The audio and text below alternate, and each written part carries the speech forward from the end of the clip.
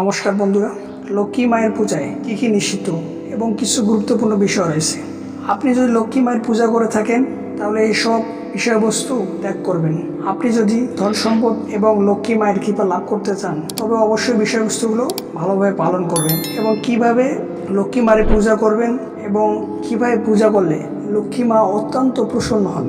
আপনি যদি এসব বিষয়বস্তু সঠিকভাবে পালন না করেন তাহলে লক্ষ্মী মা অসন্তুষ্ট হতে পারেন, ফলে আপনার সংসার কিংবা আপনার আর্থিক দিক ক্ষতিগ্রস্ত হতে পারে। তাই এসব বিষয়বস্তু সঠিকভাবে জেনে নিন এবং এসব কিছু সঠিকভাবে পালন করুন, ফলে আপনি যেমনই লাভবান হবেন, ধন সম্পদে পরিপূর্ণ হবেন। তাই কথা না বলে ভিডিওটি শুরু করছি। লক্ষ্মী পূজায় লোহা বা স্টিলের বাসন কোসন ব্যবহার করবেন না। লোহা দিয়ে অলক্ষ্মী পূজা হয়, তাই লোহা দেখলেই লক্ষ্মী ত্যাগ করে যান। লক্ষ্মী পূজায় ঘন্টা বাজাতে নেই, লক্ষ্মীকে তুলসী পাতা দিতে নেই, কিন্তু লক্ষ্মী পূজার পর একটি ফুল ও দুটি তুলসী পাতা দিয়ে নারায়ণকে পূজা করতে হয়। লক্ষ্মী পূজা সাধারণত সন্ধ্যাবেলা করে, তবে অনেকে সকালেও করে থাকেন।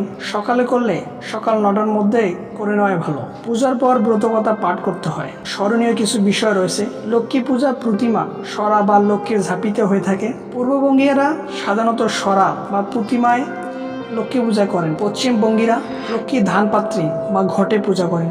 কারো কারো বিশেষ পারিবারিক লক্ষ্মী প্রতীক রয়েছে, যার যা আছে বা যাদের যা নিয়ম তারা তাতে লক্ষ্মী পূজা করবেন। পূজার পূর্বে পূজার স্থান পরিষ্কার করে নিয়ে ধূপ দীপ জ্বালিয়ে দেবেন। পূজার স্থানে লক্ষ্মী পাশও আলপনা আঁকবেন।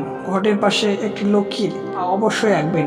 পূজার সময় অন্যমনস্ক হবেন না বা অন্য লোকের সঙ্গে কথা বলবেন না। মনকে লক্ষ্মীতে স্থির রাখবেন। পূজার সময় অন্য কথা বললে বা অন্যমনস্ক হলে মন্ত্র পাঠাদি করে লক্ষ্মী পূজা করাই শ্রেয়, কিন্তু এক মনে আন্তরিকভাবে লক্ষ্মী পূজা করলে বিনা মন্ত্রেই পূজা সিদ্ধ হয়।